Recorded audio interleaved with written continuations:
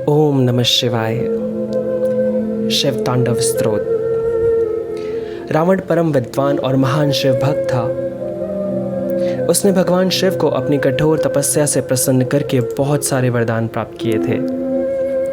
एक बार रावण ने अपनी शक्ति के बंध में चूर होकर भगवान के समक्ष अपनी भक्ति के प्रदर्शन के उद्देश्य से कैलाश पर्वत को अपनी भुजाओं में उठा लिया।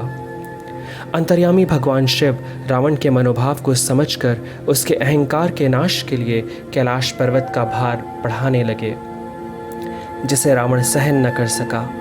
तब उसे अपनी गलती का आभास हुआ और उसने धैर्य का परिचय देते हुए क्षणमात्र में ही शिव तांडव स्तोत्र रचकर भगवान शिव को गाकर सुनाया, जिसे सुनकर भगवान शिव बहुत प्रसन्न हुए और रावण को मनोवांछित वर प्रदान करने लगे।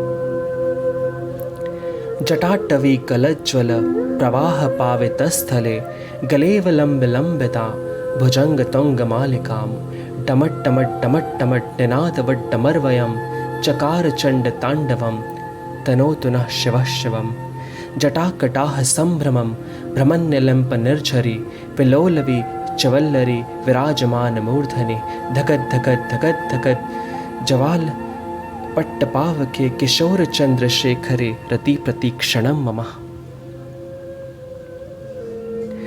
अर्थात जिन्होंने जटारूपी वन से निकलती हुई गंगा जी के गिरते हुए प्रवाहों से पवित्र किए गए गले में सर्पों की लटकती हुई विशाल माला को धारण कर डमरू के डम डम शब्दों से मंडित प्रचंड तांडव नृत्य किया, वे शिव जी हमारे कल्याण का विस्तार करें।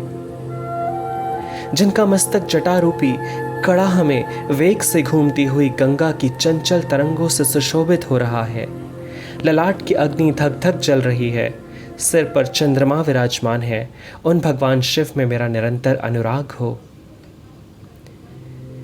गिरिराज किशोरी पार्वती के शिरोभूषण से समस्त दिशाओं को प्रकाशित होते देख जिनका मन आनंदित हो रहा है, जिनकी निरंतर कृपा दृष्टि से कठिन आपत्ति का भी निवारण हो जाता है, ऐसे किसी दिगंबर तत्व में मेरा मन आनंद प्राप्त करे।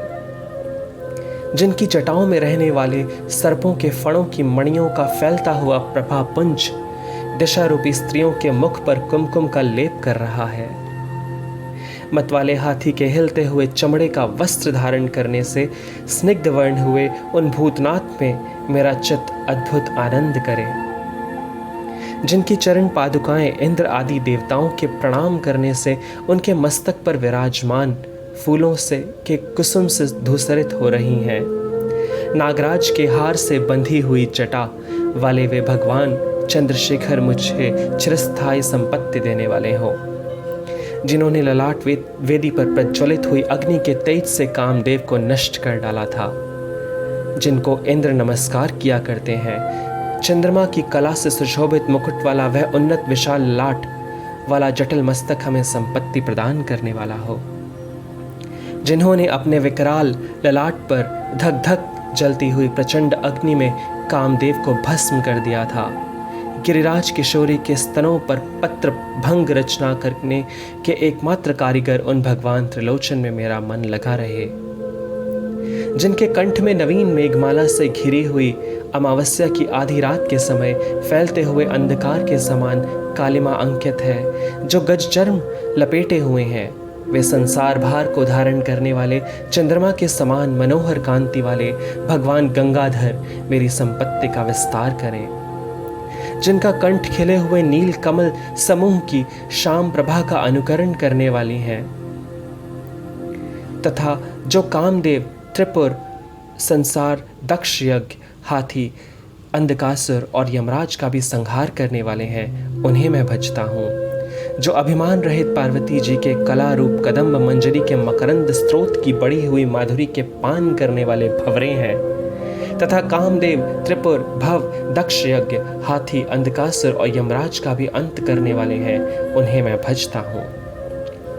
जिनके मस्तक पर बड़े वेग के साथ घूमते हुए सांपों के फफकारने से ललाट की भयंकर अग्नि क्रमशः धधकती हुई फैल रही है, धीमे धीमे बजते हुए मृदंग के गंभीर मंगल स्वर के साथ जिनका प्रचंड तांडव हो रहा है, उन भगवान शंकर की जय हो। पत्थर और सुंदर बिछौनों में सांप और मोतियों की माला में, बहुमूल्य रत्न और मिट्टी के ढेले में, मित्र और शत्रु पक्ष में, तिनका या कमल के समान आंखों वाली युवती में, प्रजा और पृथ्वी के राजाओं में समान भाव रखता हुआ मैं कब सदाशिव को भजूंगा। सुंदर ललाट वाले भगवान चंद्रशेखर में मन को एकाग्र करके अपने को विचारों को त्याग कर गंगा जी के तटवर्ती वन के भीतर रहता हुआ, सिर पर हाथ जोड़ डबडबाई हुई विह्वल आंखों से शिव मंत्र का उच्चारण करता हुआ मैं कब सुखी होऊंगा। जो मनुष्य इस उत्तमोत्तम स्त्रोत का नित्य पाठ, स्मरण और वर्णन करता है वह सदा शुद्ध रहता है और शीघ्र ही भगवान शंकर की भक्ति को प्राप्त कर लेता है। वह विरुद्ध गति को प्राप्त नहीं करता, क्योंकि शिव जी का ध्यान चिंतन मोह का नाश करने वाला है। सायंकाल में पूजा समाप्त होने पर जो रावण के गाए हुए इस शिव तांडव स्त्रोत का पाठ करता है, भगवान शंकर उस मनुष्य को रथ, हाथी, घोड़ों से युक्त सदा स्थिर रहने वाली संपत्ति प्रदान करते हैं। ओम नमः शिवाय।